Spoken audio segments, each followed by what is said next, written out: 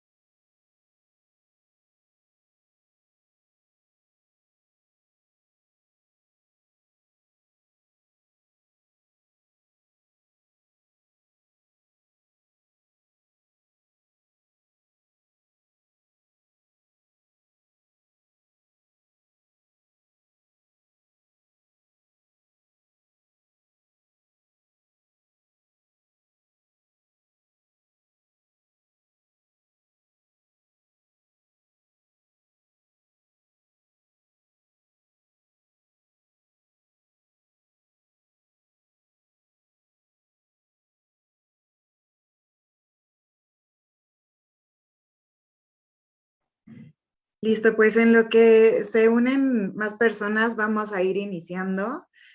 Muy buen día a todos o buenas tardes, dependiendo del país en el que estén.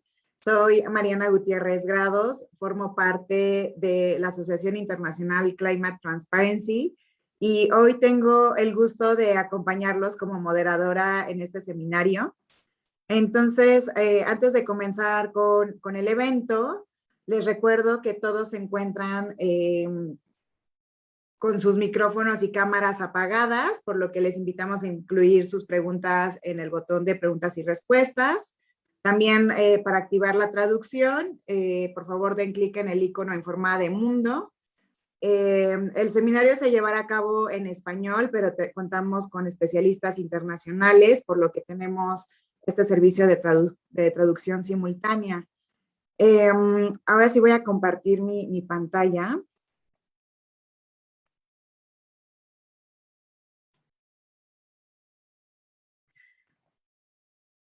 Listo. Pues para la sesión de hoy contamos con un panel de primer nivel. Presento muy brevemente a los panelistas. En verdad es un gran privilegio contar con su presencia. Hoy nos acompañan Rafael Fonseca, de Iniciativa Climática de México, Florencia Ortúzar, de la Asociación Interamericana para la Defensa del Ambiente, Jesse Burton, de Energy Systems Research Group de Sudáfrica, y Naín Martínez, del Colegio de México. Entonces, en el enlace que estoy por compartirles a través del chat, pueden encontrar sus semblanzas. A ver, un segundito en lo que se los comparto.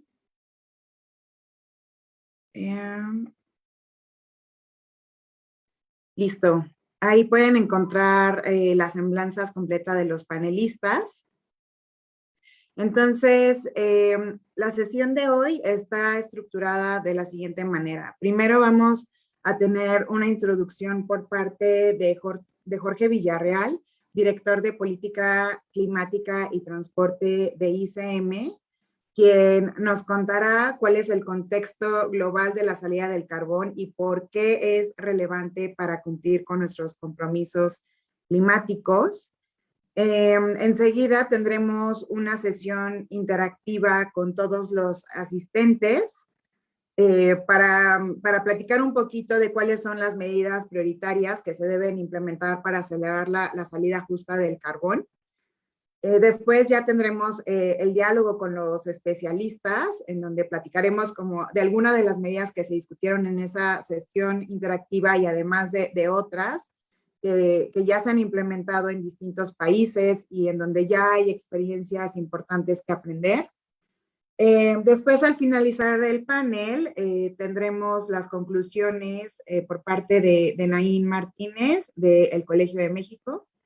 Y bueno, antes de pasarle el micrófono a Jorge, reiterar que esta conversación se da en el marco de la colaboración con Climate Transparency, que es una asociación internacional que integra ONGs, centros de investigación y universidades de la mayoría de los países del G20, que tienen el propósito común de estimular la acción climática en las economías de este grupo de países. Entonces, a su derecha en sus pantallas pueden ver algunos de los insumos que elaboramos desde Climate Transparency para informar la toma de decisiones. Por ejemplo, aquí está el reporte de transparencia climática, que es nuestro reporte anual, en donde se compara la acción climática de los países del G20. También elaboramos los diagnósticos por país, en donde hacemos un acercamiento a los avances y retrocesos de la agenda de cambio climático en cada país y señalamos las medidas clave que se deberían de tomar en cuenta para avanzar en la descarbonización. Y por último, pero no menos importante, es que cada año realizamos también documentos con recomendaciones de política pública, haciendo énfasis en un sector clave. Entonces, este año, en el caso de México, por la relevancia del tema, analizamos la salida del carbón como una medida prioritaria para cumplir con los compromisos de cambio climático, sin perder de vista la importancia de que la salida del carbón sea bajo un marco de justicia que proteja y garantice los derechos humanos de las comunidades afectadas y también de quienes trabajan en la industria del carbón. Entonces, durante la sesión de hoy compartiremos algunos de los hallazgos clave de este documento de política pública. Enseguida les comparto el enlace en donde pueden encontrar este documento para, por si lo quieren ir descargando. Y ahora sí, sin más preámbulo, le cedo el micrófono a Jorge Villarreal, quien debe de ya poder encender su cámara. Sí. Listo, ¿sí? Muchas gracias, Mariana. Muy buenos días o buenas tardes a todas y todos. Es un gusto poder participar en este seminario el día de hoy. Y además, pues, más gusto, la verdad, el poder compartir este panel con extraordinarias amigas y amigos y aliadas y aliados. En ese sentido, pues, doy la bienvenida a Florencia, a Jessie y a nuestro querido Naín. Y por supuesto a mis colegas de Iniciativa Climática de México, Rafael y Mariana, quienes han hecho un extraordinario trabajo en el tema de salida del carbón. Quisiera poner algunos elementos nada más para contextualizar la charla del día de hoy. Evidentemente, la COP26 es uno de ellos, es uno de los hitos importantes en la política climática en los últimos tiempos. En la COP26 viene antecedida de una serie de anuncios y discusiones en el transcurso del 2019, 2020 y 2021 de compromisos importantes en materia de reducción de emisiones para tratar de estabilizar la temperatura promedio de la Tierra muy por debajo de los 2 grados y por debajo del 1.5 grados centígrados de incremento. Y uno de los temas centrales que ha estado en las discusiones globales ha sido la salida del carbón. El tema de la salida del carbón ha sido uno de los ejes centrales en la discusión, por ejemplo, en los grupos de trabajos específicos del G20 y también de otras instancias como la Agencia Internacional de Energía, que en su reporte de la neutralidad del carbono al 2050 ha retomado este punto de manera importante. Esos antecedentes han permitido que en la COP26 por primera vez dentro de las discusiones se incorporara el tema de la salida del carbón como parte de la discusión formal dentro de la COP26 y en el Pacto de Glasgow incluso hay una mención específica a la salida del carbón y la importancia que esta reviste para la reducción de emisiones en materia o en el sector energético. Si bien los anuncios en materia de la COP26 o este anuncio de, en lugar de tener un lenguaje de salida de carbón a un lenguaje de reducción, phasing down en lugar de phasing out, perdón que lo ponga en español, pero es en lugar de pedir la salida hay una disminución, pues no fue tan importante o no es lo esperado, mejor dicho, para lo que se requiere para reducir y salir ya del uso del carbón para la energía eléctrica. Pero paralelo a esta discusión, yo resalto que por lo menos dentro de la negociación formal de la COP26 hubo esta mención específica por primera vez al tema de la salida del carbón y eso sin lugar a duda marca un hito en la discusión global.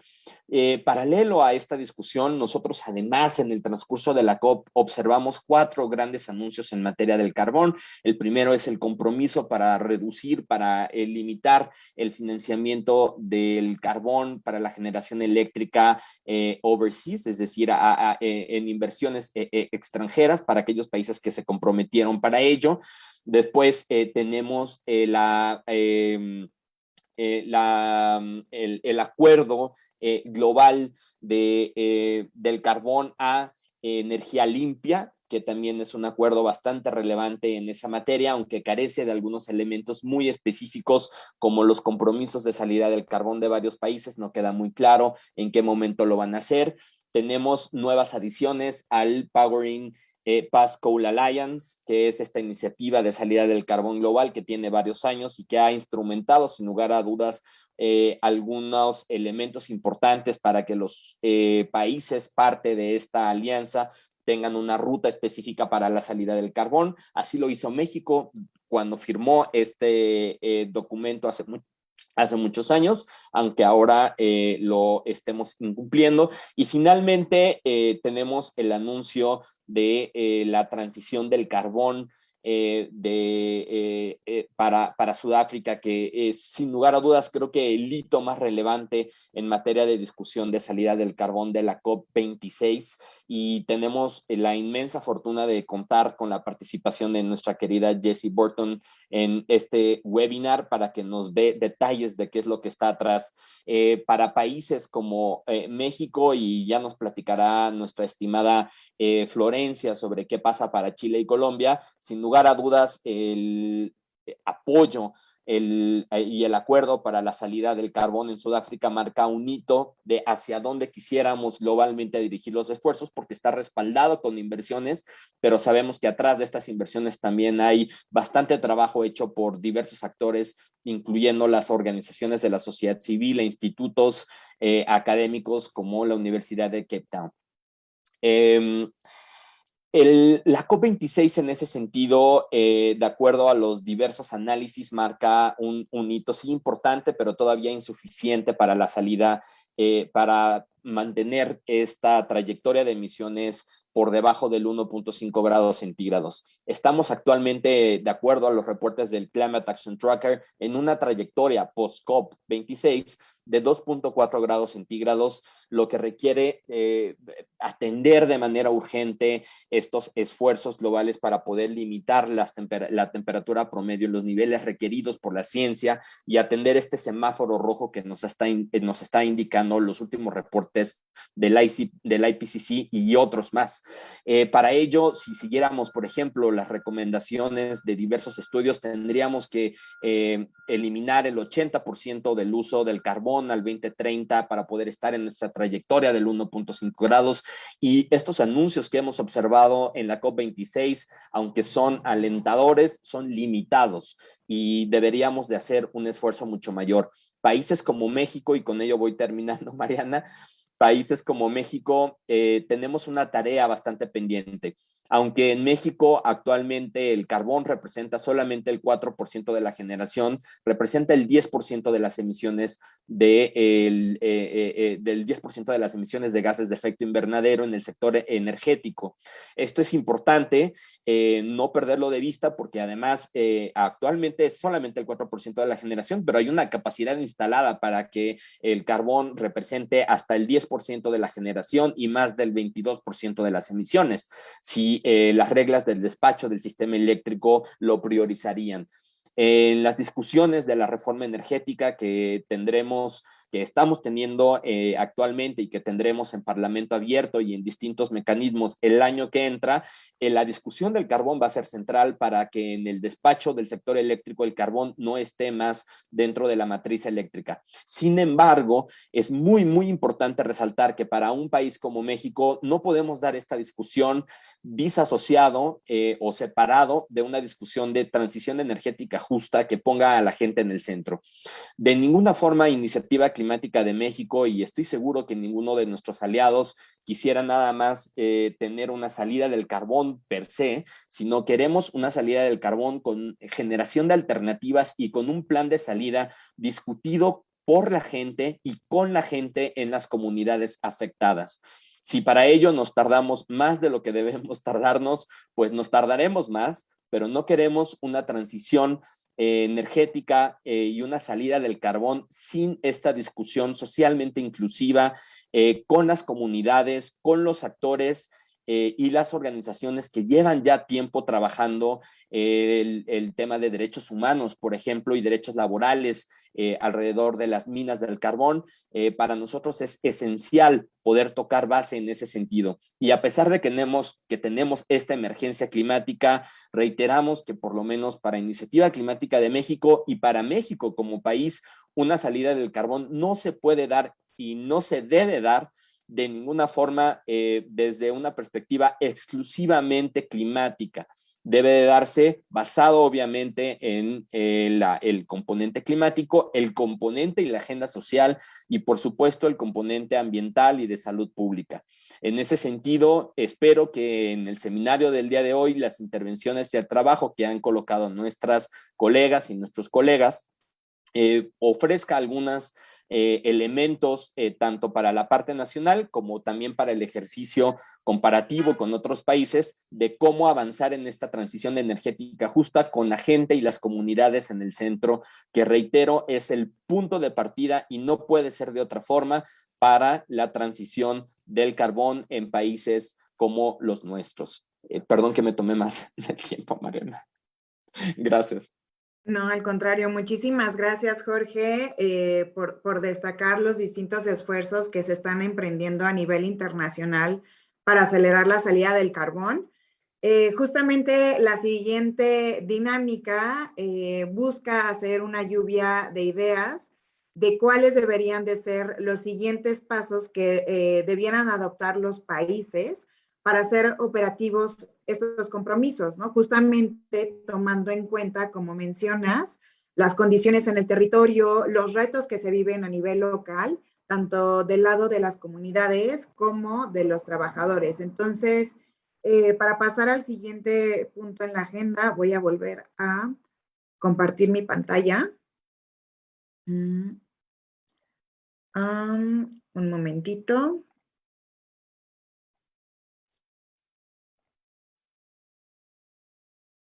Ok, muy bien. Entonces, justo como les comentaba, pues tenemos esta sesión interactiva. Entonces, en sus pantallas están viendo el código QR.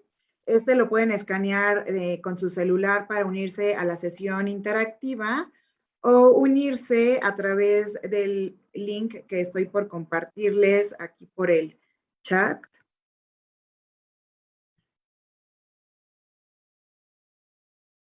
Entonces vamos a dar unos minutitos para que se puedan unir.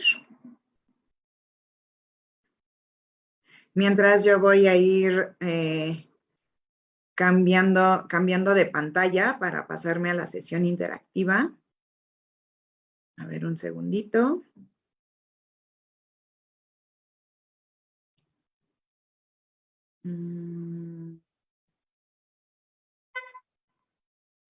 Ah, perdón, me equivoqué.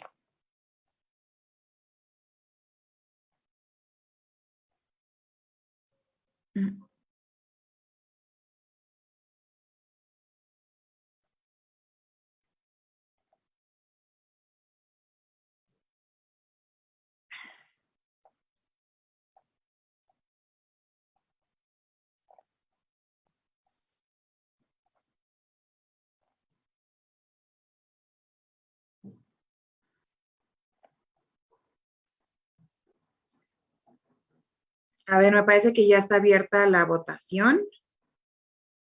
Me confirman si pueden votar.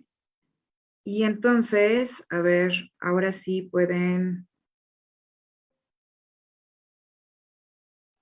Ahí, ahí está, ya está abierta la votación. Una disculpa por la tardanza. Luego de tener tantas ventanas abiertas es un poco complicado. Bueno, entonces espero que ya todos estén en esta ventana. La pregunta es, ¿qué medidas se deben implementar para acelerar la salida justa del carbón?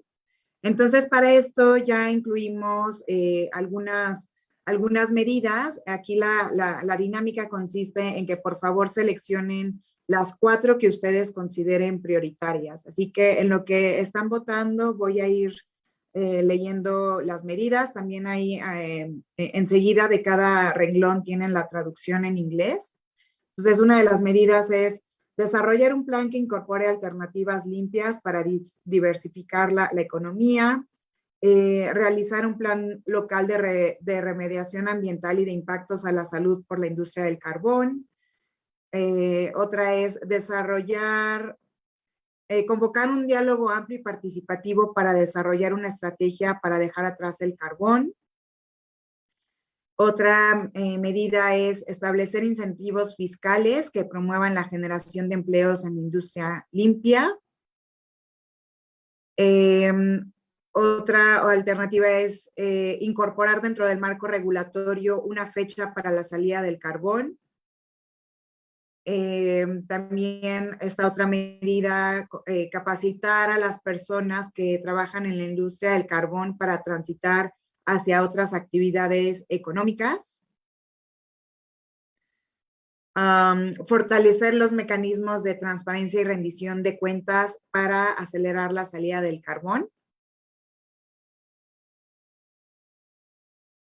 Y también informar a la población sobre los impactos negativos de la industria del carbón. Me parece que esas son todas las alternativas que incluimos en este primer ejercicio, nada más para conocer la opinión de la audiencia. Entonces voy a dar un par de minutitos más. Hasta el momento tenemos 17 personas en esta actividad para ver cuál es la medida más votada de todas estas alternativas. Hasta el momento la más votada parece ser desarrollar un plan que incorpore alternativas limpias para diversificar la economía local.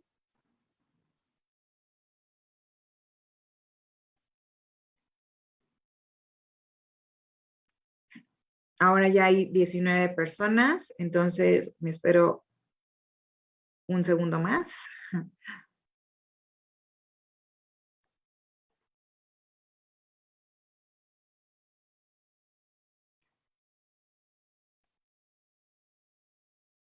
Ahora parece que también la segunda medida más votada es realizar un plan de remediación ambiental y de impactos a la salud por la industria del carbón, seguida de establecer incentivos fiscales que promuevan la generación de empleos en la industria limpia. Y como cuarta medida prioritaria, bueno, parece que hay un empate entre la medida de capacitar a las personas que trabajan en la industria del carbón para transitar hacia otras actividades económicas, y también la otra medida que está con el mismo número de votos es incorporar dentro del marco regulatorio una fecha para la salida del carbón.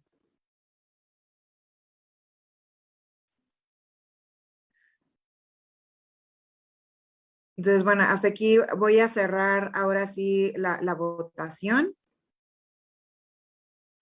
Y entonces estos serían los resultados, ¿no? El desarrollar el plan que incorpore alternativas limpias, realizar un plan local de remediación ambiental, establecer incentivos fiscales para promover la generación de empleos y capacitar a las personas que trabajan en la industria del carbón. Entonces, sabemos que hay del gran mundo de medidas que se deberían de implementar, nos quedamos cortos con esta primera lista, pero les agradecemos muchísimo a todos su participación en esta primera encuesta. Y ahora sí, para dar pie a la discusión con los panelistas, me gustaría saber, pues justo conocer por la opinión de los panelistas, cuál es el panorama de la generación de la electricidad a partir del carbón en los distintos países y cómo está la conversación en este tema para acelerar la salida del carbón. Entonces, ahora le voy a pasar el micrófono a Rafa para que nos comparta los resultados principales del documento de política pública elaborado en el marco de la colaboración con Climate Transparency y también pues atendiendo a estas interrogantes. Rafa, te paso el micrófono.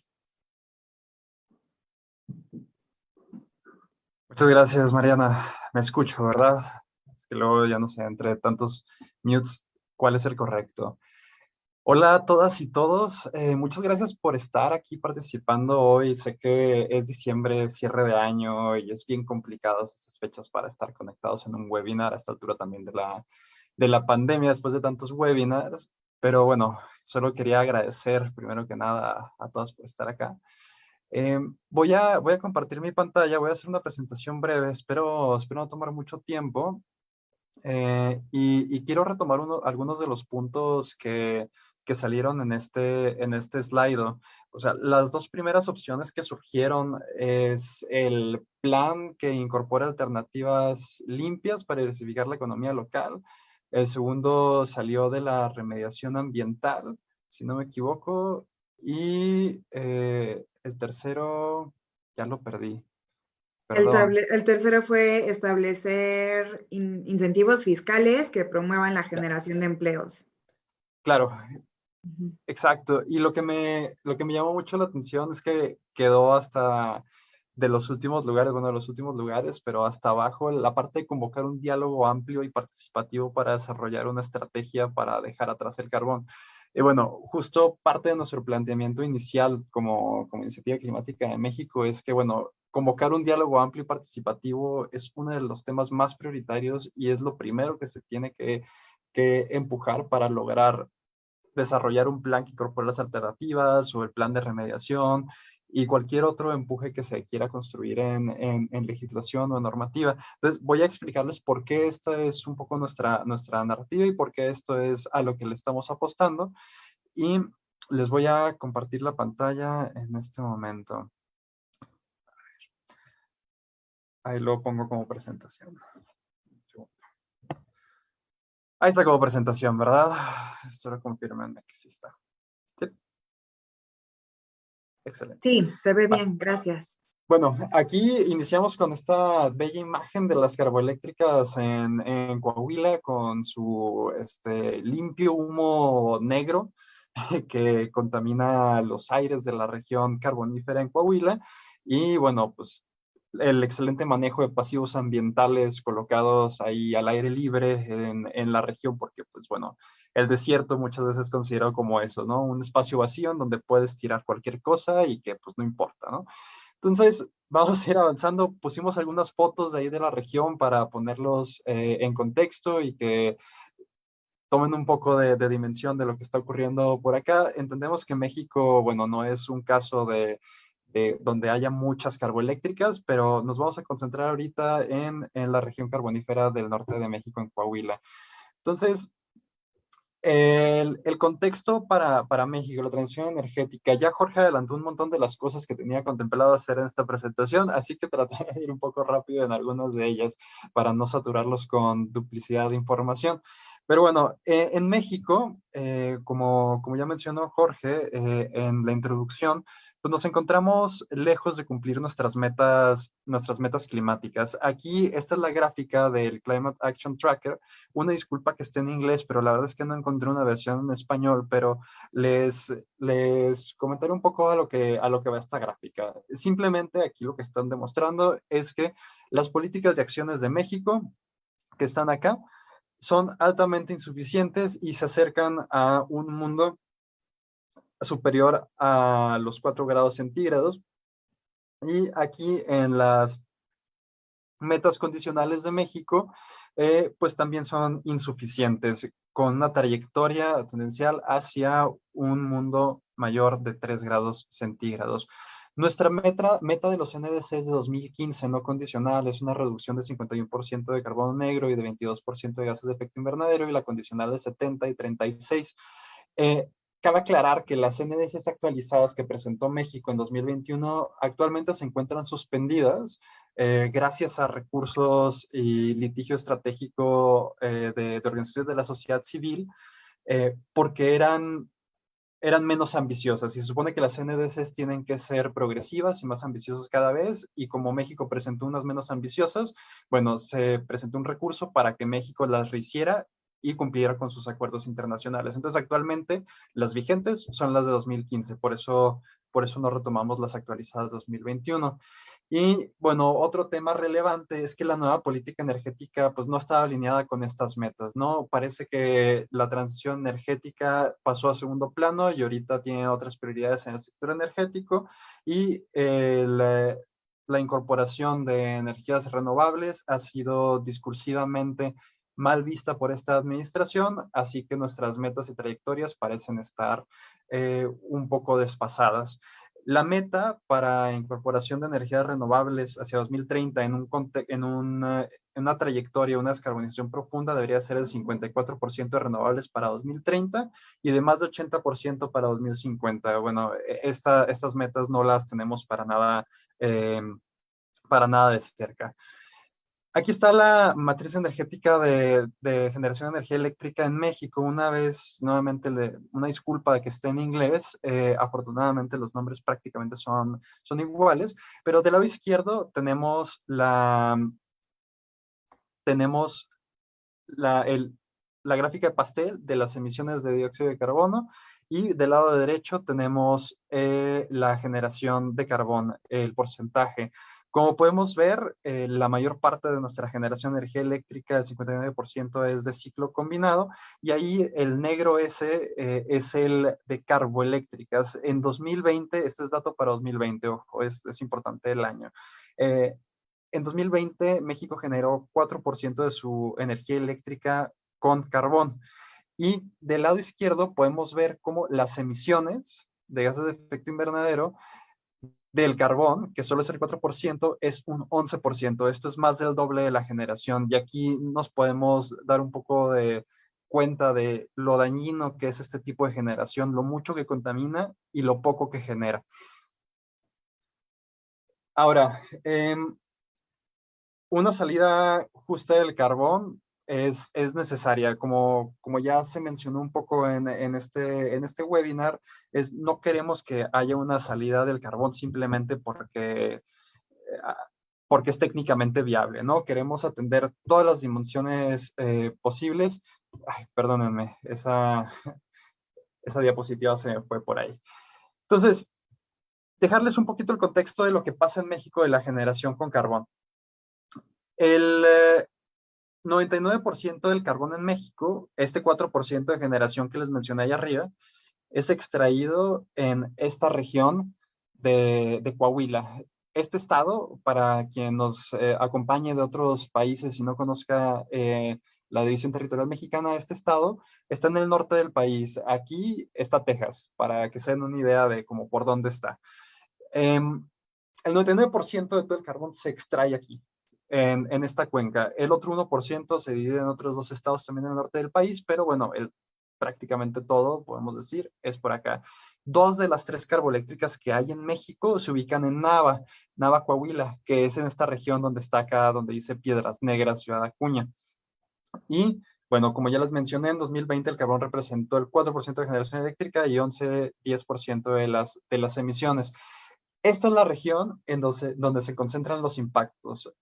Esta es la región que vive las consecuencias de un modelo de generación basado en la extracción de carbón y en su quema. Y aquí podemos ver algunas de las imágenes de lo que significa el carbón, varias de sus fases, ¿no? De la quema del carbón, el limpiado de las piedras, las minas, que son muchas veces simplemente agujeros así en la tierra, con ninguna medida de seguridad, donde hay muchos accidentes y bueno, las enfermedades asociadas a los mineros de carbón. Y bueno, aquí algunas fotos de mineros que trabajan en estas condiciones para llevar este 4% de energía eléctrica al país.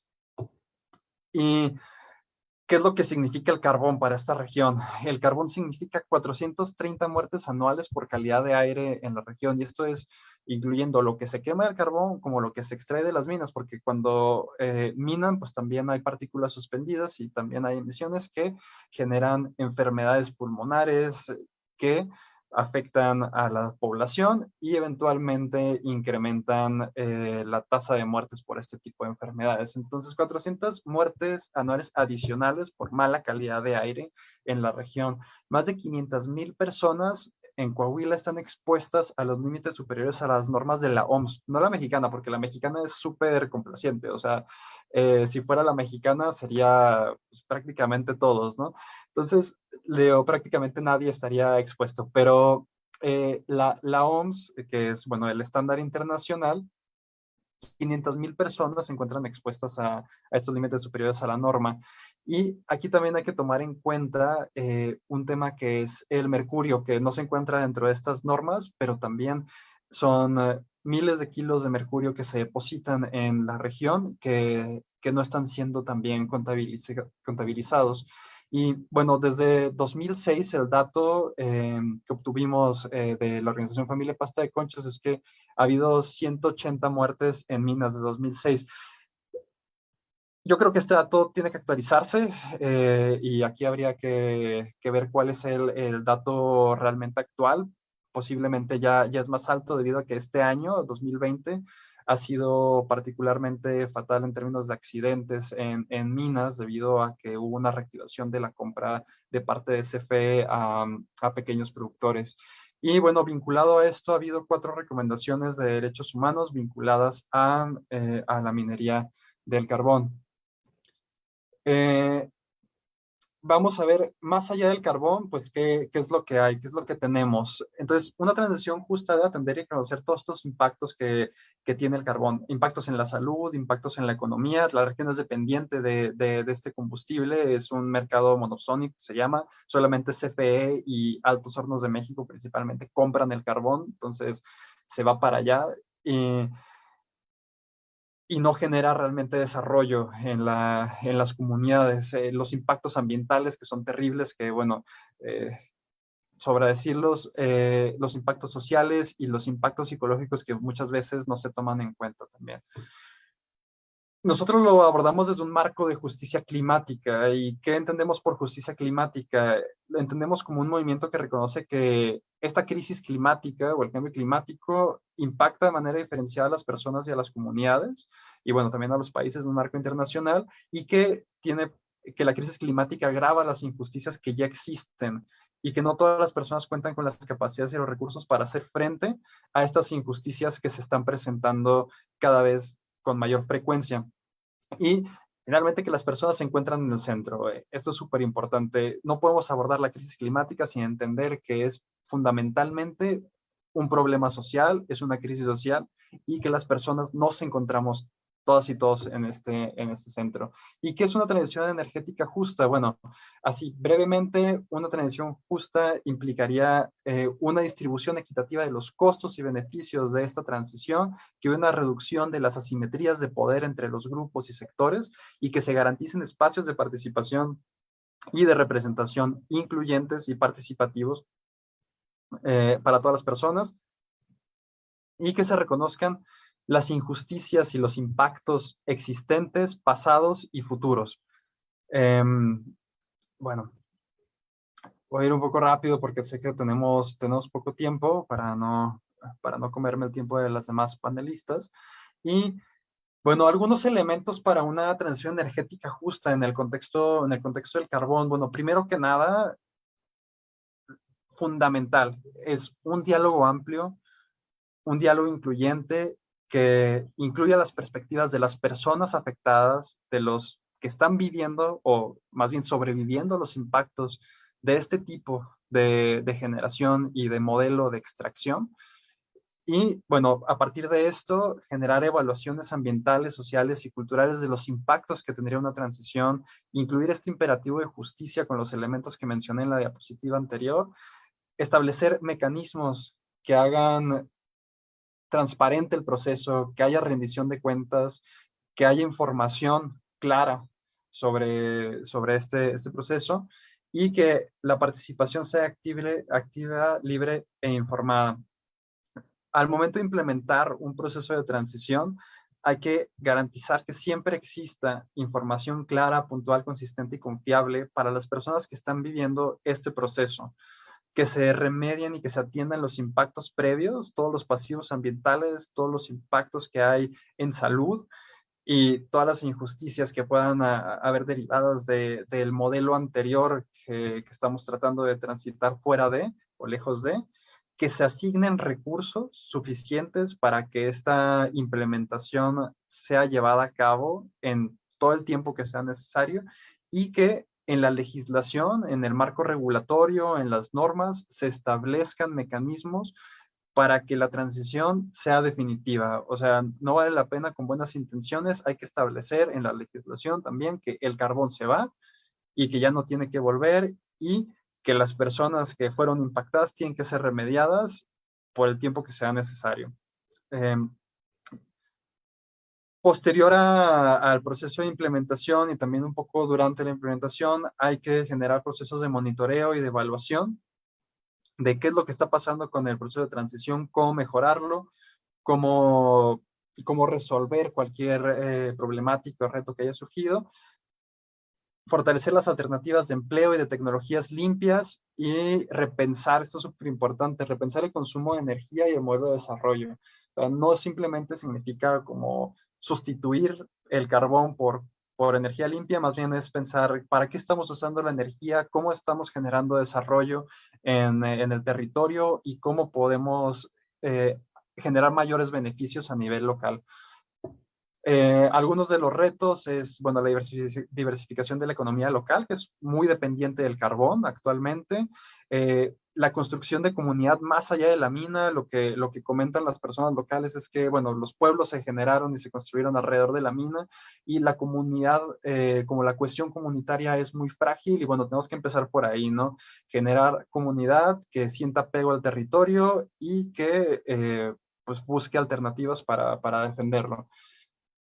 Otro reto muy grande es la influencia y poder de algunos actores locales políticos, que, bueno, Por ejemplo, un gran empresario del carbón, si se puede llamar, era el presidente de la Comisión de Energía en el Senado. Entonces, pues, ¿cómo empujas una salida del carbón cuando en el legislativo tienes un actor de este tipo que su riqueza y poder proviene de las minas del carbón, ¿no? Entonces, ese es un gran reto. Otro reto es la comunicación de la problemática. Es un tema que, como se encuentra muy localizado en Coahuila, otras partes del país no lo conocen y bueno, es nuestro reto comunicar esta problemática, llevarlo a otros sitios. El tema del financiamiento de la transición, que bueno, Sudáfrica ya nos contará cómo lo hicieron, pero ellos lograron financiamiento externo. En México pues no, ni se ha pedido ni se ha buscado y bueno, el punto sería como conseguir financiamiento para que se pueda llevar a cabo una transición. Y otro reto es la política energética actual, que parece pues dar un apoyo a CFE constante y parece que no viene el fin del carbón, al menos discursivamente. Otros retos, como más generales, es, aparte del carbón, tenemos pues, el combustible usado en una termoeléctrica de CFE, el gas, que está emitiendo actualmente el 56% de las emisiones, y hay 6 proyectos nuevos de ciclo combinado, y el fracking no es una opción. Actualmente, 780 millones de dólares fueron asignados para hacer fracking en México hacia 2022.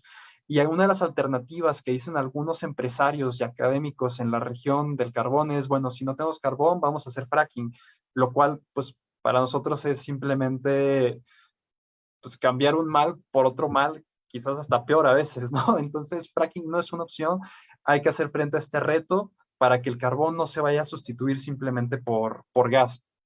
Entonces, otro reto es que la generación de pequeña escala y comunitaria no tiene un marco regulatorio claro en México y bueno, esta alternativa para las comunidades locales podría funcionar, que la región tiene muchísimo sol, es lo que le sobra. Y el desarrollo de energía comunitaria a pequeña escala podría tener oportunidades de desarrollo local muy grandes, pero pues actualmente no existen ni financiamiento, ni marco regulatorio, ni formación para llevar a cabo procesos de esto. Entonces, otro reto que tenemos por ahí al que nos enfrentamos. Y bueno, pues muchísimas gracias por este espacio y me quedo por acá para seguir escuchando y para la sesión de preguntas y respuestas si tienen alguna duda.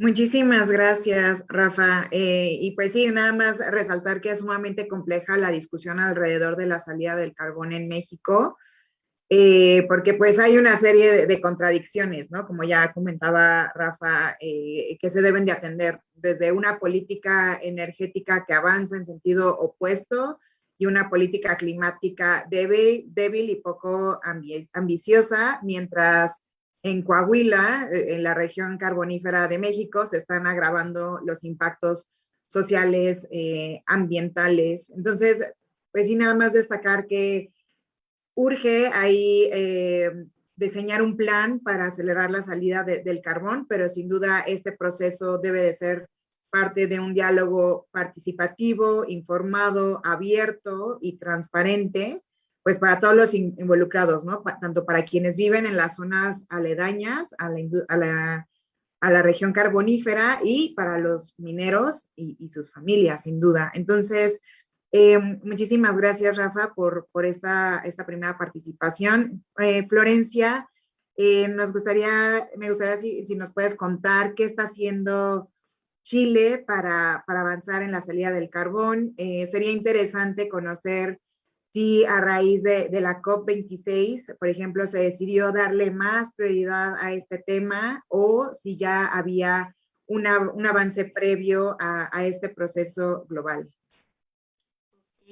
Bueno, muchas gracias Mariana. Hola a todos, a todas. Es un honor estar aquí. Me parece muy interesante y importante que tengamos estas conversaciones, sobre todo por aprovechar las experiencias de lo que está ocurriendo en los distintos países. Creo que siempre hay que construir sobre eso.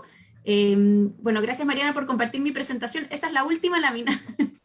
Ay, Pero por perdón, mientras, está bien. perdón.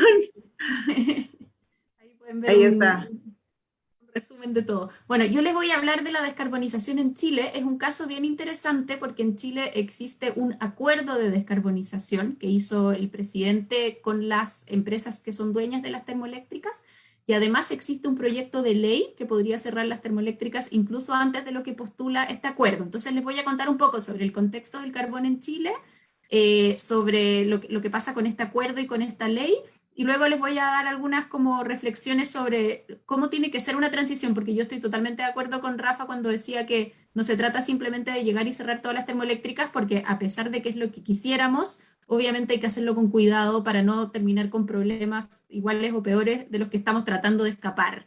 Así que todo con cuidado, lo más ambicioso posible, pero en su debido tiempo. Bueno, así que yo trabajo en AIDA, que es la Asociación Interamericana para la Defensa del Ambiente, que es una organización regional que usa el derecho para proteger el ambiente de nuestra región. Y ya, la próxima lámina, porfa. Entonces, en Chile generamos 40% de nuestra energía a partir del carbón. No producimos casi nada de carbón, así que es todo importado. Y lo interesante, bueno, y este 40% de energía proveniente del carbón es es como la mayor parte de la generación de gases de efecto invernadero que genera Chile. O sea, se podría decir que terminar con las termoeléctricas a carbón sería terminar con gran parte de nuestras emisiones. O sea, sería como muy importante para cumplir con los compromisos climáticos de Chile. Una cosa interesante sobre la generación de energía a carbón en Chile es que se produce a partir de 25 centrales a carbón que están repartidas entre 4 empresas apenas. Esta es una de las razones por las cuales fue como posible hacer este acuerdo. O sea, el gobierno tuvo que negociar apenas con 4 actores. Y además, todas estas termoeléctricas están concentradas en 5 zonas. O sea, aquí ustedes ven el mapa de todas las termoeléctricas que hay. En el mapa aparecen 28, porque hasta hace poco habían 28, hoy día ya han cerrado 3. Y pueden ver que están en 7 lugares, pero 2 de ellos solamente hay una. Entonces las otras 5, que tienen entre 3 y 8 termoeléctricas cada una de estas localidades, son las que llamamos zonas de sacrificio en Chile, que son zonas que literalmente han sido sacrificadas para las industrias productivas contaminantes. Entonces ya, la siguiente. Aquí les quería hablar un poquito sobre las zonas de sacrificio, que es un término que se ha acuñado para referirse a estas zonas geográficas que sufren contaminación muchísimo más alta de lo que sufre cualquier otro lugar del país, y donde sufren de contaminación de aire, del agua, de la tierra, y es muy, muy, muy terrible. Estas personas sufren enfermedades, abortos espontáneos, daños neurológicos en los niños, o sea, es realmente una problemática muy, muy grave. Y además, otra cosa que pasa en estas comunidades, que es también muy parecido a lo que contaba Rafa con respecto a la minería del carbón, es que cuando se empiezan a dar tantas de estas industrias contaminantes en un solo lugar, obviamente también hay tanto daño a los recursos naturales y a los ecosistemas que se terminan como haciendo imposible la economía local a partir de otras fuentes. Entonces, es típico en estas comunidades, por ejemplo, que siempre están cerca del mar, porque las termoeléctricas necesitan como el agua de mar, que hay mucho turismo, hay mucha pesca, incluso también hay agricultura, y todo esto obviamente deja de funcionar con toda esta cantidad de contaminación, lo que hace que estas comunidades que ya son vulnerables tengan que hacerse como dependientes del enemigo, que es la industria contaminante. Entonces eso es como sumamente terrible. Y obviamente estas son comunidades vulnerables, empobrecidas, que no tienen muchas posibilidades de defenderse. Entonces es una injusticia en todas sus letras. Aquí en la foto estoy mostrando una de las emblemáticas, una de las zonas de sacrificio emblemáticas de Chile, que se llama Quintero Puchuncaví, y es súper terrible porque, como pueden ver, es una zona preciosa, o sea, tenía un potencial inmenso, una playa maravillosa, larguísima, el clima es muy bueno, se hace calor, había mucho turismo, mucha pesca en su época, pero desde hace 50 años empezaron a instalar las industrias contaminantes. Además de 4 termoeléctricas a carbón, hay otras 9, creo, industrias contaminantes, entonces ya es una cosa realmente muy, muy, muy compleja de resolver. Realmente como que les arruinaron el espacio a estas personas. Ya, vamos a la próxima. Ahora les cuento sobre el camino a la descarbonización. El asunto en Chile es sumamente interesante. Yo creo que es un caso muy importante para estudiar. Uno, porque existe este acuerdo de descarbonización, que si bien no es perfecto, al menos es algo, es una como manifestación de una voluntad política que ya se lo quisiera en otros países donde ni siquiera hay como un intento de hacerlo y donde de hecho siguen construyendo termoeléctricas o buscando lugares para explorar carbón. Entonces, tiene muchas cosas que criticar, este acuerdo está muy lejos de ser perfecto y justo, pero al menos es como para allá vamos. Entonces, en ese sentido, yo creo que igual es importante considerarlo para los casos de estudio, tanto por lo bueno que es que un país se atreva como a apuntar hacia allá, y también para ver qué son las cosas que hace falta mejorar para hacerlo muchísimo mejor y efectivo en lograr descarbonizarnos y de una forma justa, obviamente. Entonces, el acuerdo de descarbonización que fue anunciado por el presidente Sebastián Piñera, que es el presidente aún, aunque está ahí en la oficina, fue anunciado en 2019, y lo que prometía era terminar con todas las termoeléctricas al 2040. Entonces, de las 28 centrales que habían en ese tiempo, el plan decía específicamente cómo y cuándo se iban a cerrar 8 de las centrales, que iba a ser antes del 2025, pero las 20 restantes quedaban sin fecha ni plan. Era como el resto antes del 2040, y así nomás. O sea, por eso les digo que tiene harta debilidad el acuerdo, y ya les voy a contar más específicamente por qué. Lo interesante es que desde el 2019 hasta ahora, ya tres termoeléctricas más ya han cerrado. O sea, se está dando algo bien interesante, que es que el plan al 2040, en el fondo como que el movimiento del mercado y como la naturaleza de la descarbonización que se está dando como un cambio más o menos internacional, ha hecho que este plan avance más rápido de lo que había como acordado el gobierno. Y eso como que demuestra que esto va hacia allá, les guste o no, y eso me parece que es muy esperanzador. Entonces, hoy día tenemos que hay 17 plantas que no tienen ningún plan de cierre, pero que ya todas las demás ya van a cerrar antes del 2025, y hay como un compromiso así por escrito de las empresas. Si bien no es vinculante, al menos está por escrito. Y bueno, como les contaba que todas estas termoeléctricas pertenecen a 4 empresas, una cosa bien interesante es que de las 17 que quedan sin plan de cierre, que es obviamente donde nos estamos concentrando los ambientalistas, los activistas, 13 son de una sola empresa, que es AES, que es una empresa de casa matriz en Estados Unidos, que es, se puede decir, no sé si esto es muy correcto, pero el enemigo público en Chile, es la peor empresa, que se porta pésimo, que no quiere ayudar en nada. Así que es también interesante que podemos como enfocar nuestros esfuerzos en esa empresa, y ahí está como el filete del problema, como se puede decir. Ya, la próxima lámina. Entonces, aquí les quería contar por qué este plan, a pesar de que es muy rescatable que el gobierno haya implementado este plan y que ya sepamos que vamos derecho hacia la descarbonización, tiene algunas fallas que me parece que es importante cuando en otros países pensamos en la descarbonización. Tener en cuenta esta experiencia me parece que es algo que no podemos dejar de hacer. Entonces, primero que nada, le falta ambición, porque decir que vamos a terminar con las termoeléctricas al 2040 es como una falta de respeto para esas comunidades que han estado por 50 años comiéndose toda la contaminación por la generación eléctrica de todo el país. Entonces, claramente le faltó ambición, pero bueno, al menos es como el primer intento, y lo que ha dicho siempre el gobierno es que ellos creen y esperan y saben que esto va a avanzar más rápido de lo que prometieron, pero de todas formas, te faltó ambición. 2, le falta fuerza vinculante, y esto también es claro, porque se trata de un acuerdo, como de un anuncio, de una manifestación de voluntad, pero no hay ninguna ley que lo haga obligatorio, y lo que es más grave es que queda un poco a la merced de lo que digan los próximos gobiernos. O sea, ahora no sé si algunos quizás saben que estamos aquí en pleno proceso electoral, el domingo votamos presidente, y puede que salga un presidente de extrema derecha que no cree mucho en el cambio climático, y probablemente no le haría mucho honor a este acuerdo. Entonces igual ahí hay como un miedo, no está blindado ante lo que pase políticamente en el futuro. Después, otra cosa importante, como media como dudosa de este acuerdo, es que tiene una cláusula, el reglamento que lo hizo realidad, que dice que las empresas, las termoeléctricas, pueden acogerse a un pago por potencia, que quiere decir que por estar apagadas, pero listas para prenderse en caso de que haya alguna emergencia y se necesite, se les sigue pagando hasta 60% de lo que se les estaba pagando cuando estaban generando energía por 5 años. Entonces eso también genera incertidumbre, porque pucha, hay descarbonización o no, tenemos a estas empresas así como esperando ser prendidas, y además se les está pagando por no hacer nada, y ese dinero viene como de un fondo de todas las generadoras, o sea, incluso las empresas que hacen energía renovable, tienen que pagarle a estas termoeléctricas. Entonces también eso genera como unos incentivos extraños y frustración.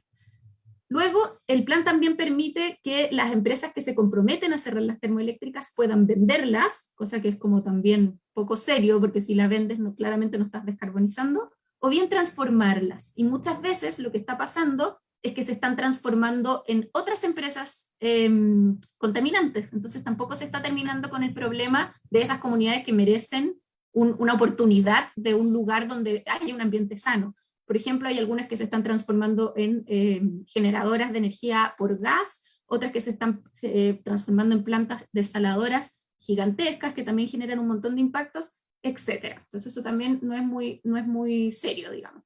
Y después, una cosa que yo creo que hace falta mucho es que no ha habido como un enfoque serio de justicia ambiental y social, o sea, en que realmente estas termoeléctricas, al irse después de estar 50 años contaminando, se hagan cargo de los daños que causaron en el ambiente y en las comunidades. Eso es algo que también está por verse, porque obviamente no puede ser que queden así como invicta, digamos, con todos los daños que causaron.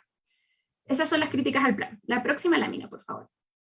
Ahora les quería contar de un proyecto de ley que está dando vueltas en el Congreso en Chile, que de hecho ya pasó el primer trámite constitucional, ya se fue aprobado por la Cámara de Diputados y ahora tiene que ser aprobado por la Cámara de Senado. Y es un proyecto de ley que ordena antes que el acuerdo que había propuesto el gobierno y además en formato de ley. O sea, esto sí sería vinculante. Esta ley fue propuesta por un grupo de diputados este año, el 2021, y como les contaba, fue hace poco votada favorablemente por la Cámara de Diputados. Ahora, esta ley, por supuesto que en principio nos parece fabuloso, pero igual tiene un problema, que yo creo que también es muy interesante analizarlo como caso experiencia para todos estos procesos que se están dando en la región. El problema es que, como terminar con todas las termoeléctricas, que son el 40% de la energía en Chile, de aquí a 3 años, es como un poco complicado, por decirlo de alguna forma, sin quedarnos a oscuras, lo que están proponiendo es que se use el gas como combustible de transición. Y eso a mí me parece sumamente preocupante y creo que es algo con lo que tenemos que tener mucho ojo. El gas también es un combustible fósil, genera un montón de impactos, entre otras cosas genera metano, que es un gas de efecto invernadero muchísimo más potente que el CO2. Y además, otra cosa que creo que tiene que ver con la conexión entre los activistas en la región. En Argentina, nuestro país vecino que está al otro lado de la cordillera, hay un lugar llamado Vaca Muerta, no sé si algunos de ustedes lo han escuchado, pero es un lugar donde se está produciendo fracking, pero así descontroladamente. Y si es que Chile se como entrega los brazos del gas, eso le daría un estímulo gigantesco a la producción de fracking en Argentina, y eso me parece que es una canallada con nuestros hermanos argentinos, por decirlo de alguna forma. Entonces, ahí es donde yo creo que hay que hacer como el análisis de, ¿vale la pena acelerarlo tanto si es que vamos a terminar amarrados con el gas? Y seamos honestos, o sea, no creo que tener infraestructura de gas, tener intereses del gas, luego después no va a ser tan fácil zafar del gas. Y Chile tiene todo el potencial para ser un país 100% renovable. Tenemos el sol, tenemos el viento y muchas otras tecnologías. Entonces, pienso yo que vale la pena pensar las cosas un poquito mejor para evitar salir del carbón para caer en otro combustible fósil. Esa es una como reflexión importante. Pasemos a la próxima, por favor. Ya, yo aquí quería como hablarles un poquito de las reflexiones que he tenido.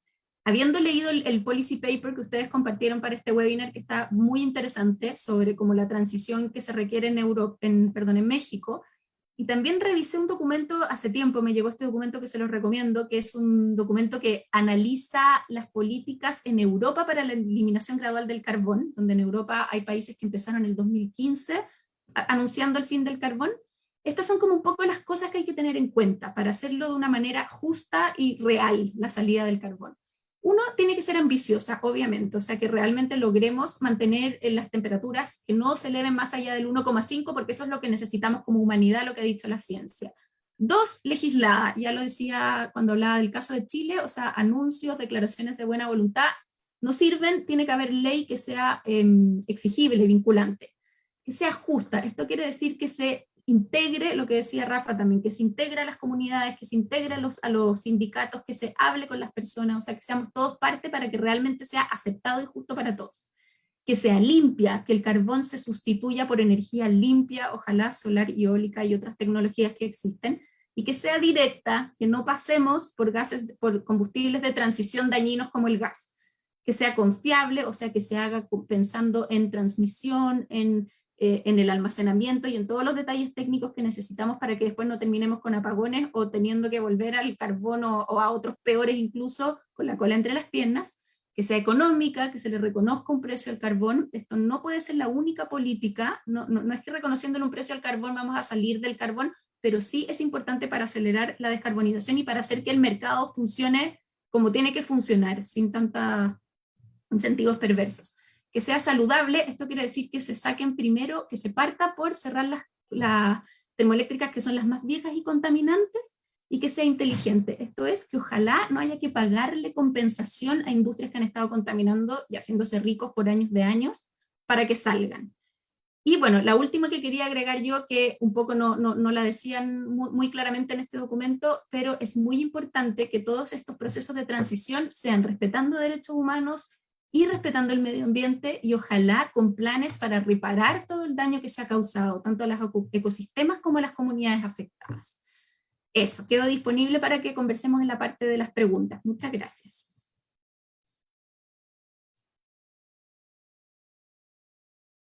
Estoy en mute. Muchísimas gracias, Florencia. La verdad es que al escucharte veo que similar al caso de México, en Chile hay un montón de contradicciones, ¿no? Con un plan como el acuerdo de descarbonización, aunque sin un plan para garantizar la salida efectiva de las centrales y tampoco sin elementos claros de justicia ni de transparencia. Y pues coincide que también en México tenemos enemigos públicos, ¿no? Como catalogan a AES.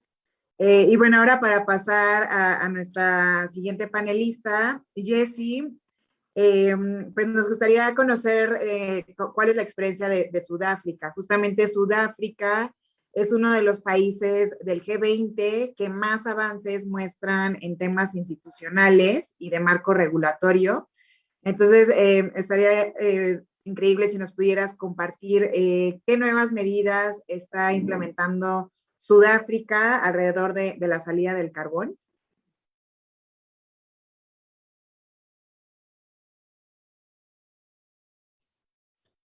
Thanks, Mariana. Can you see that?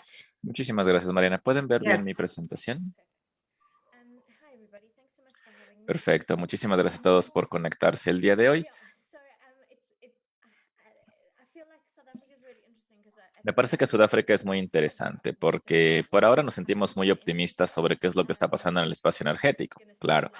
Y va a sonar como que estamos absolutamente haciendo todo bien, pero déjenme decirles de inicio que, por supuesto, todos estos son planes que están siendo construidos y lo que comentó también Florencia, hay muchos asuntos que confluyen en términos de ley, política, intención, voluntad para que esto suceda.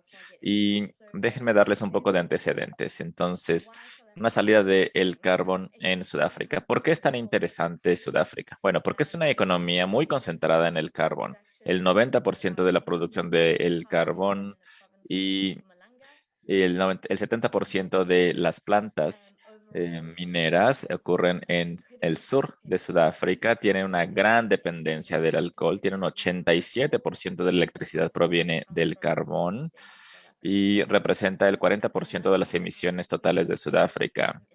Y comparado con nuestros pares del G20, tenemos un nivel altísimo. Entonces, estamos hablando primordialmente de la energía actualmente, pero también hay muchos otros aspectos que están relacionados con el carbón. Y en Mpumalanga hay niveles de desempleo muy altos. También si eres una mujer joven en esta región, hay 67% de las mujeres jóvenes no tienen empleos. Son comunidades mineras que también están siendo afectadas por el blasting, por todo el tipo de actividades mineras, de explosiones. Hay niveles muy altos de contaminación del aire y del agua y del suelo. Es una de las zonas más contaminadas del país. También tenemos niveles muy altos de contaminación. Y propio gobierno ha reportado que hay cerca de 5.000 muertes al año relacionadas con este tipo de problemas. Los niveles del asma en esta zona son el doble del resto del país. Entonces, son niveles verdaderamente difíciles de entender. De igual forma, hay mucha contaminación del agua y no hay ninguna estrategia para lidiar con todo esto. Se tienen que encontrar diferentes formas de vida para todas las personas que viven ahí para poder hacer una salida del carbón que sea efectiva. Y por supuesto, hay mucha dependencia del carbón para los hogares que están quemando carbón en sus hogares para poder simplemente complementar su electricidad. En parte, porque incluso aunque tengan electricidad y tengan la conexión, es muy, muy caro para ellos cocinar o tener o calentarse a través de la energía normal, digamos, de la red eléctrica. Y por esa razón tienen que recurrir al carbón y quemarlo dentro de sus hogares. El 47% de la población en esta región vive por debajo de la línea de pobreza. Entonces, el gran reto es que hay una economía que ha estado desarrollándose en los últimos años y podemos ver aquí que el carbón representa a veces el 45% en algunas ocasiones de la provincia. Y junto con todas estas dependencias económicas, vemos aquí carbón, aquí electricidad, hay mucha intensidad de desempleo. Entonces, el 27% de la población en esta región trabajan en sectores de riesgo. Entonces, lo que me parece que es una de las grandes preguntas en la actualidad es si va a haber una salida del carbón, sino más bien a qué velocidad va a ocurrir. Y en los últimos años hemos actualizado nuestras NDCs de forma bastante seria. Aquí están los niveles de electricidad y no se ve tan alta en esta gráfica. Realmente aquí está nuestra NDC original y este es el nuevo rango para 2025 y 2050. Pero realmente sí implica una reducción muy importante en emisiones comparada con la NDC anterior. Y también significa que tenemos que acelerar de forma muy rápida la implementación de nuevas fuentes de energía. Para poder llegar aquí, podemos ver que al medio de nuestro rango podemos llegar a través de nuestras políticas actuales. Todas las políticas de mitigación nos llevan como a la mitad de nuestro nuevo compromiso, pero esta parte de aquí es en donde tenemos que empezar a utilizar nuevas metodologías y para poder llegar a esta parte tenemos que duplicar los esfuerzos de energía limpia y también acelerar los tiempos. Ahora, ¿qué significa esto? Bueno, hay una propuesta para nuevo carbón. Este tipo de plan ha colapsado en los últimos 5 años. Ha quedado muy claro en Sudáfrica que el nuevo carbón no se puede comparar con las alternativas. Hay una planta que está respaldada por el gobierno chino, pero como comentó Jorge al principio, de todos los anuncios que se han mencionado en la COP26 con respecto a China, se ha confirmado aquí también en la embajada que parece ser que esta planta no va a continuar. Entonces, también nuestro plan tiene 1.5 de gigawatts todavía propuestos en el plan. Hemos hecho un análisis de que este tipo de plan es muy caro, que puede reducir el empleo y también nuestro PIB. Y una vez que podamos llegar a estas metas de NDCs en el rango que hemos establecido, si queremos llegar ahí y si también queremos construir un nuevo carbón, eso significa una gran cantidad de costos. Entonces, para poder llegar al rango superior de nuestras NDC va a costar 47 millones, básicamente son 5.000 millones de dólares y un sistema que no tiene, digamos, el nuevo carbón llega hasta 8 o 9 mil millones de dólares. Y con base en ese tipo de trabajo, hay un caso judicial que ha sido implementado por activistas ambientales para poder bloquear la iniciativa del nuevo carbón, que no es necesariamente compatible con la Constitución sudafricana. Entonces, regresando a las NDCs y viendo todos estos números, no se preocupen, queremos llegar aquí al final. Si queremos llegar a estos 353 millones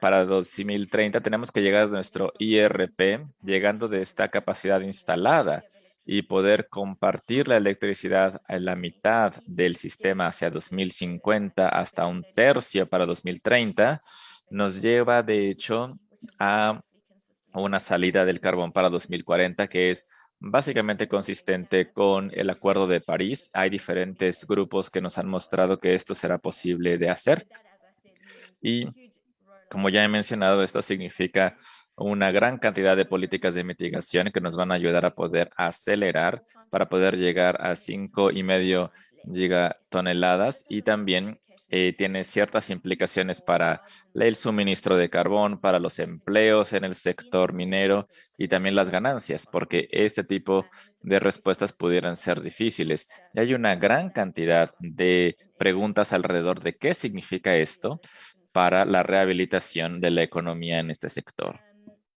Entonces, pasando ahora a la parte de la justicia, una de las partes interesantes que hemos encontrado aquí es que si pasamos de una salida más rápida, uno de los asuntos es que, por supuesto, tendremos más personas que van a perder sus empleos simultáneamente, ¿no? Porque no necesariamente significa que se están jubilando, porque sí sucede que se jubilan más jóvenes, pero estamos hablando de que va a haber más de 3,000 empleos hasta 25,000 en los siguientes años.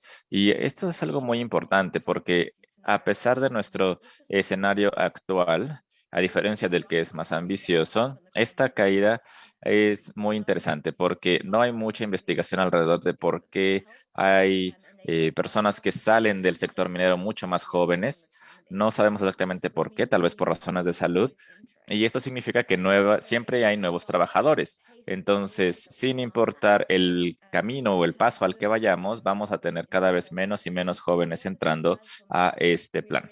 Entonces, necesitamos un plan de estrategia de diversificación económica. Tenemos que crear nuevos sectores en donde los cuales los jóvenes puedan entrar y que también puedan en paralelo pensar en algunos paquetes de empleo para trabajadores. Algunos trabajadores simplemente no van a poder ser migrados a otras plantas, a otras minas. Algunos tendrán que emparejarse con algunos planes de jubilación temprana, pero tenemos que también capacitarlos para hacer algo. Así que tiene que haber un crecimiento del sector en esta parte de la región. Y por supuesto, otra parte de eso es que también la parte de los servicios de protección es súper importante. Entonces, si hablamos de justicia en un contexto en donde la gente no tiene acceso a electricidad o agua, pues entonces los servicios básicos tienen que estar bien. Y entonces ya después podemos empezar a pensar tal vez en cómo podemos apoyar a los trabajadores, también con subvenciones especiales, etcétera. Entonces, bueno, ¿cuál es la oportunidad? Eso, lo que está sucediendo ahorita en Sudáfrica es que en los últimos años hemos tenido una comisión que también ahora ya tenemos diálogos tanto regionales como sociales con algunos de los actores involucrados y eso también incluso ha llevado a la Comisión Climática Presidencial. El presidente creó esta comisión y tiene también todas las partes involucradas de negocios, trabajo, las partes de sociedad civil, diferentes socios y están en un proceso para desarrollar un marco de trabajo para una transición justa y también la sociedad está trabajando con las comunidades, con trabajo, diferentes tipos de trabajo y también los sindicatos están teniendo su propio proceso internamente de lo que esto quiere decir para ellos. Y por supuesto, los sindicatos han estado ahí durante muchos años, pero ahora también están empezando a tener un proceso diferente con lo que significa, qué es lo que quieren también.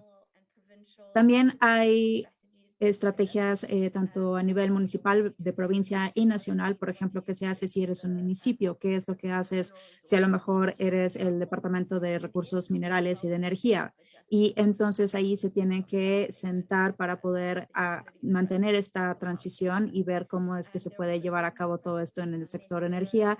También hay diferentes empresas sobre, por ejemplo, el proceso de cero neto y cómo se puede utilizar. Y después también hay una proliferación de este tipo de instituciones sumamente importantes que están aprendiendo y están empezando a saber cómo se puede empezar a colaborar para básicamente transformar la economía a gran escala.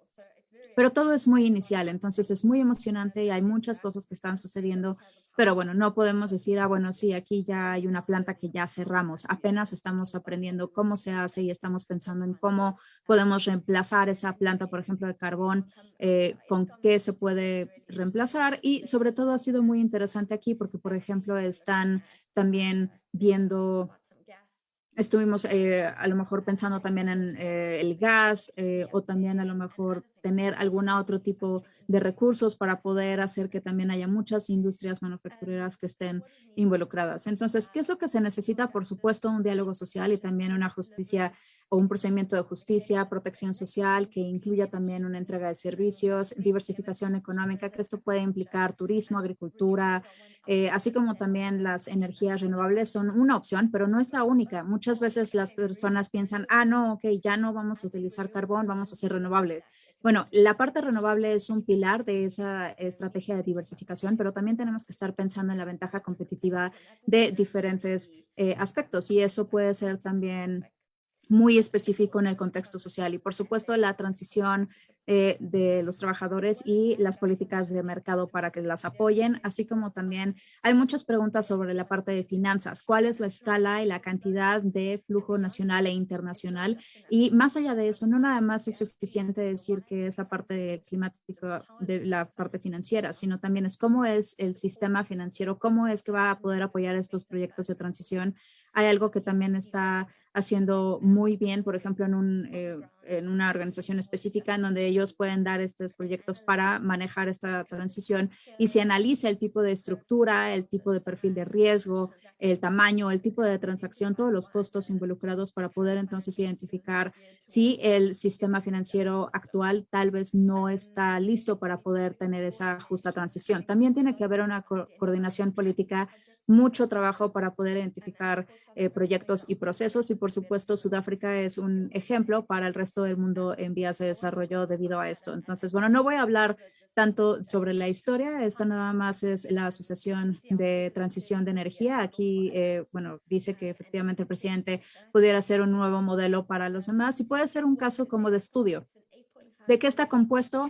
8.5 mil millones de dólares. Esta es una oferta de un grupo internacional de donación utilizando los CIFs como parte del financiamiento central. Es un periodo de 3 a 5 años que, bueno, así va a iniciar, pero también la intención es tener esta asociación un poco más largo plazo y se está enfocando en la justicia social, también en la decarbonización del sector energético. Entonces estamos viendo también una vez más esta diversificación económica, pero Sudáfrica todavía no tiene ya los detalles como tal. Eso va a pasar en los próximos meses. Entonces hay mucha oportunidad todavía para poder ver exactamente cuáles son las necesidades en Sudáfrica. Una disculpa, voy a tomar agua.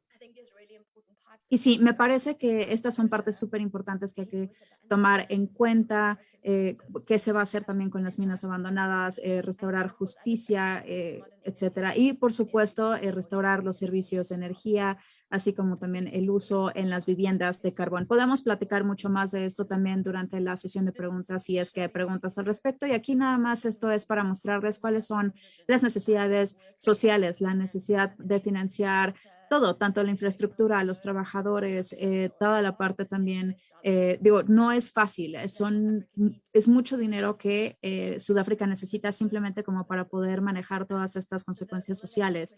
Entonces, esos 8.5 mil millones parece que es mucho, pero ¿cuánto de eso van a ser en subvenciones o en préstamos, etcétera, etcétera? Y también, bueno, ¿qué va a pasar en los siguientes 6 a 12 meses? Al final de cuentas, se tienen que ver la comparación porque en el sector energético se necesita una inversión sumamente grande para poder empezar siquiera a trabajar y después tenemos que ir más allá de eso.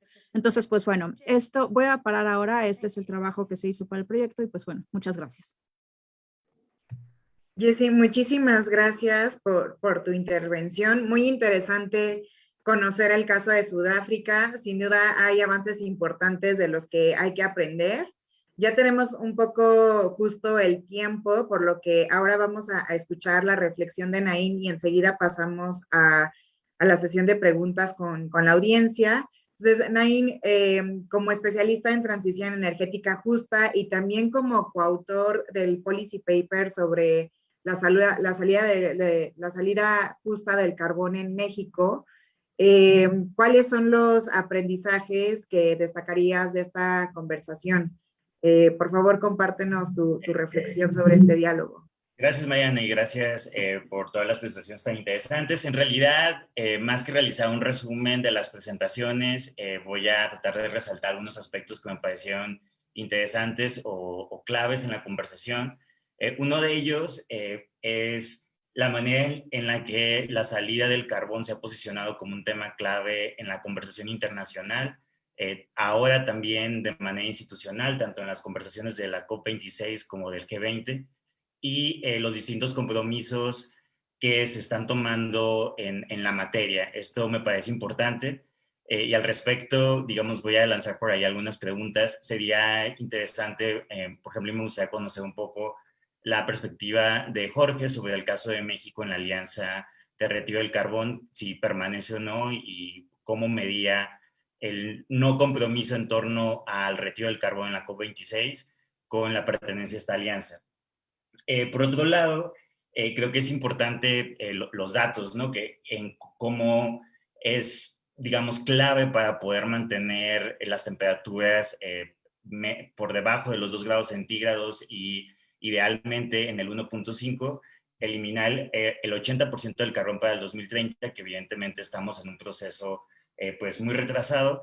Y me parece interesante la comparación entre esos 3 casos, y voy a tratar de resaltar algunas similitudes y diferencias desde una perspectiva de política comparada. Los 3 casos son economías emergentes de ingresos medios altos. Bueno, en caso de Chile ya está rozando, ¿no? Prácticamente los ingresos altos. Y algunas similitudes que me pareció relevante y bueno, o contrastes, es por ejemplo cómo tanto en el caso de Sudáfrica como en el de México, bueno, por ejemplo en Sudáfrica se concentra la industria en la región Pumalanga y pues en México en la región carbonífera, lo cual evidentemente ese es un aspecto clave en términos de aprendizaje para comprender tanto los impactos de la cadena económica de la industria del carbón como la manera en la que se tendrá que gestionar este proceso cuando esta cadena y los actores económicos se encuentran concentrados en comunidades y territorios específicos, en contraste, por ejemplo, con el caso chileno, donde la industria está distribuida geográficamente, ¿no? A lo largo de distintas regiones del país.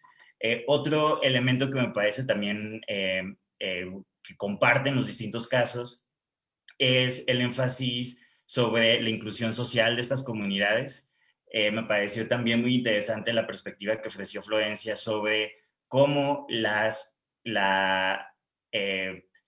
funcionamiento de esta industria y los impactos ambientales de esta industria había impactado otras actividades económicas alternativas en la región y, por lo tanto, hecho más dependientes a las comunidades de su funcionamiento. Creo que es una perspectiva interesante a explorar, pues en términos de sí, las comunidades dependen de esta industria, pero en qué medida la misma existencia de la industria imposibilita o restringe las posibilidades de otras áreas de desarrollo. Y otro elemento que creo que en los 3 casos se comparte y se hace énfasis es la necesidad de implementar acciones de remediación de los pasivos socioambientales. Es decir, después de 50 años donde esta industria ha operado, donde existen violaciones de derechos humanos, acumulación de contaminantes, de qué manera no solo se debe de retirar las carboeléctricas o la minería, sino también abordar de manera sustantiva los impactos que se han acumulado en los territorios. Y otro elemento que creo que comparten los distintos casos es la vulnerabilidad de estas comunidades y los cambios en las tendencias que más allá de las políticas existen tendencias sociales y económicas, por ejemplo, como rescataba el caso de Florencia, cómo el retiro de las plantas se está dando más rápido por cambios, digamos, en tendencias económicas o industriales de lo planeado, o por ejemplo en el caso de Sudáfrica por Jesse, cómo se plantea los cambios de intereses también en una nueva generación que no necesariamente quiere participar o seguir incursionando en esta industria, o en el caso de México, la reducción en la participación de las carboeléctricas en la matriz eléctrica, del 9% en 2019 al 4% también por cambios que van más allá de, digamos, de la implementación de estos planes de retiro, lo cual creo que también es un elemento optimista sobre la manera en la que se están generando contextos y condiciones tanto políticas como económicas y sociales que podrían posibilitar y facilitar el proceso de retiro. Y bueno, creo que eso sería de entrada mis comentarios. Y bueno, y lanzaría algunas preguntas que me parece, no sé, interesante. Por ejemplo, a Jorge, no sé si nos pudiera dar algunos comentarios más sobre la posición de México en este proceso. A Florencia me parecería también interesante si pudiera en algún momento elaborar más sobre los efectos de retroalimentación de dependencia que pueden generar en las comunidades a través de los impactos.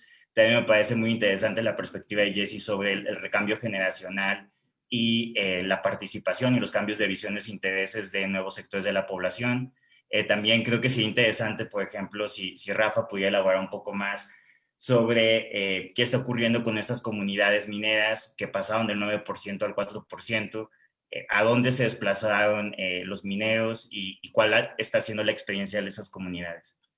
Bueno, gracias por permitirme hacer algunos comentarios.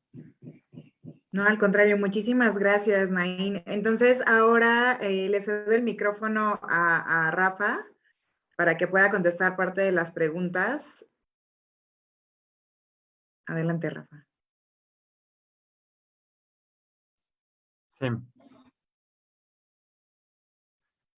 Sí, bueno, para empezar por la parte de lo de México, bueno, primero que nada, una disculpa, Jorge se excusa, tuvo que salir corriendo a otro espacio en este momento, pero bueno, voy a retomar un poco de las ideas que estaban dirigidas hacia él. Sobre el tema de México y su participación en los espacios internacionales de salida de carbón, o sea, sí, México sigue siendo ahorita parte de la alianza, bueno, de la Powering Past Coal Alliance, que no recuerdo muy bien cuál es su traducción en español, pero bueno, Alianza para la Salida del Carbón, en donde los países se comprometen a salir los de la OCDE hacia 2030, si mal no recuerdo, y el resto de países hacia 2050, de dejar atrás el carbón. Este compromiso, pues si bien no es vinculante, pues ha estado agrupando muchas de las ideas y de hecho tuvo un gran espacio en la COP y fue de los grandes impulsores para que se metiera la agenda del carbón durante todas esas sesiones. Adicional a eso, bueno, varios países firmaron este otro compromiso de salida del carbón que básicamente replicaba un poco lo que ya se había dicho en esta alianza. Y bueno, a pesar de que México no se haya sumado actualmente, pues sigue teniendo esta gran oportunidad, así como Sudáfrica la tuvo, de aprovechar como toda esta discusión que ya mencionaste, que mencionó Nain, que está profundizándose en todo el país sobre la salida del carbón, sobre la necesidad de transitar lejos de este combustible, pues tiene la gran oportunidad de aprovecharlo y de meterse en esta discusión internacional y de encontrar alternativas, ya sea de financiamiento internacional o de apoyo técnico internacional, y también para hacer domésticamente los ajustes necesarios conforme a estas nuevas prácticas internacionales que están saliendo. El otro tema sobre la región carbonífera y el carbón, sí, se ha estado moldando la región conforme se ha ido sacando progresivamente la generación. Lo que mencionó Nain de que antes el 9%, ahora el 4%, realmente lo que pasa es que el carbón en México antes generaba más del 4% que les mencioné en 2020. Desde hace 4 o 5 años ha ido en un declive impresionante por múltiples razones, entre ellas cambios en las políticas de despacho de energía y otras sobre temas de conflictos de intereses políticos entre las grandes minas y la CFE. Pero bueno, el punto es que desde hace varios años ha ido en declive y bueno, antes del 9% era más y así, ¿no? Entonces, ahorita inclusive puede que sea menos del 4%. Y bueno, ¿qué es lo que ha estado pasando con toda esta población en la región carbonífera? Bueno, primero que nada, pues como fue mucho de golpe, lo que nos han comentado, pues muchas personas terminaron sin empleo, pues incrementó las personas sin trabajo en las minas, entonces pues hubo muchas personas familias que batallaron con la posibilidad de obtener ingresos, pero hay que recordar que en la región carbonífera también existen otras alternativas económicas que no son ideales, evidentemente, pero que existen. Entonces se empezó a desarrollar mucho la industria maquiladora, que bueno, tiene todos sus temas, hay un montón de organizaciones de defensa de derechos laborales en torno a eso, pero bueno, muchas de las personas que trabajan en la mina se fueron a trabajar en la industria maquiladora. Y también hubo un shift entre las grandes empresas mineras a pequeñas minas que tienen menos condiciones de seguridad. Y esto también contribuyó a que ahora hay más accidentes producto de estas condiciones más precarias de trabajo. Entonces, pues ha estado dividido entre hacia dónde se ha ido todo esto. Lo que sí es cierto es que la región no se murió, como muchas veces los empresarios mineros decían, que si no hay carbón, la región ya deja de existir. No hubo trabajo del carbón, no, pues la región no desapareció, sigue existiendo y ahí está la confirmación de que sí es posible como vivir sin el carbón. Ahora el tema es generar alternativas viables, alternativas socialmente incluyentes y que realmente sea un proceso participativo y no simplemente un despido masivo, ¿no? De personas y que se hagan otros trabajos precarios. Muchas gracias, Rafa. Entonces, ahora siguiendo en el orden de las intervenciones, Florencia, no sé si quisieras también aprovechar para responder parte de las preguntas de Naín o puntualizar alguno de los elementos que mencionaste en tu participación. Bueno, primero quería responder la que me hiciste tú, que se me olvidó responderla en mi presentación sobre la COP26. Y bueno, Chile lo que hizo fue que entregó su estrategia energética de largo plazo, en la que se comprometió, igual que en la NDC actualizada, a ser carbono neutral al 2050. Y en la COP dijo como máximo al 2050, como dejando de decir que quizás se puede incluso hacer antes. Y ahí también dijo que tenía este acuerdo para descarbonizar al 2040 y que estaban haciendo todos los esfuerzos posibles por lograrlo al 2030. Así que yo igual estoy esperanzada porque en Chile en realidad tenemos la suerte que no tenemos minería de carbón, entonces es súper caro para el país importar carbón y además tenemos un muy, muy buen potencial de energía renovable, entonces podríamos pasar de ser un país que tiene que pagar por su energía a ser un país que incluso puede ganar por vender su energía. Entonces como que se dan las cosas para que realmente se pueda acelerar la descarbonización y esperemos que así sea. Ahora la batalla es lograr que la salida sea limpia, como estábamos hablando, y que no dejen el desastre ambiental y se vayan a hacer otro negocio. Y con respecto a lo que mencionaba Naín, como un poco entrar más en esta como tragedia, porque realmente no se puede describir de otra forma, de que a las comunidades, además de que les quiten sus actividades económicas y sus medios de vida, más encima las hagan como dependientes de su enemigo, eso lo encuentro como súper trágico. Y lo peor de todo es que esto genera más encima divisiones en las comunidades, y eso también es un daño tremendo, porque muchas veces estas comunidades como locales tienen un tejido social que es realmente un valor enorme para ellos. Entonces, cuando empiezan a dividirse, realmente ahí es cuando pierden toda la fortaleza que tienen, o sea, toda esta como capacidad de organizarse, de pelear por lo que consideran justo, se pierde. Entonces, claro, tienes una comunidad que está a la mitad aterrada de perder su trabajo, la otra aterrada de enfermarse, y al final logras una comunidad que no es capaz de defenderse, que están todos peleados, pierden uno de los valores más importantes que tienen, porque si bien muchas veces tienen pobreza, cuando hay como un tejido social, eso es muy valioso y tienen mucho.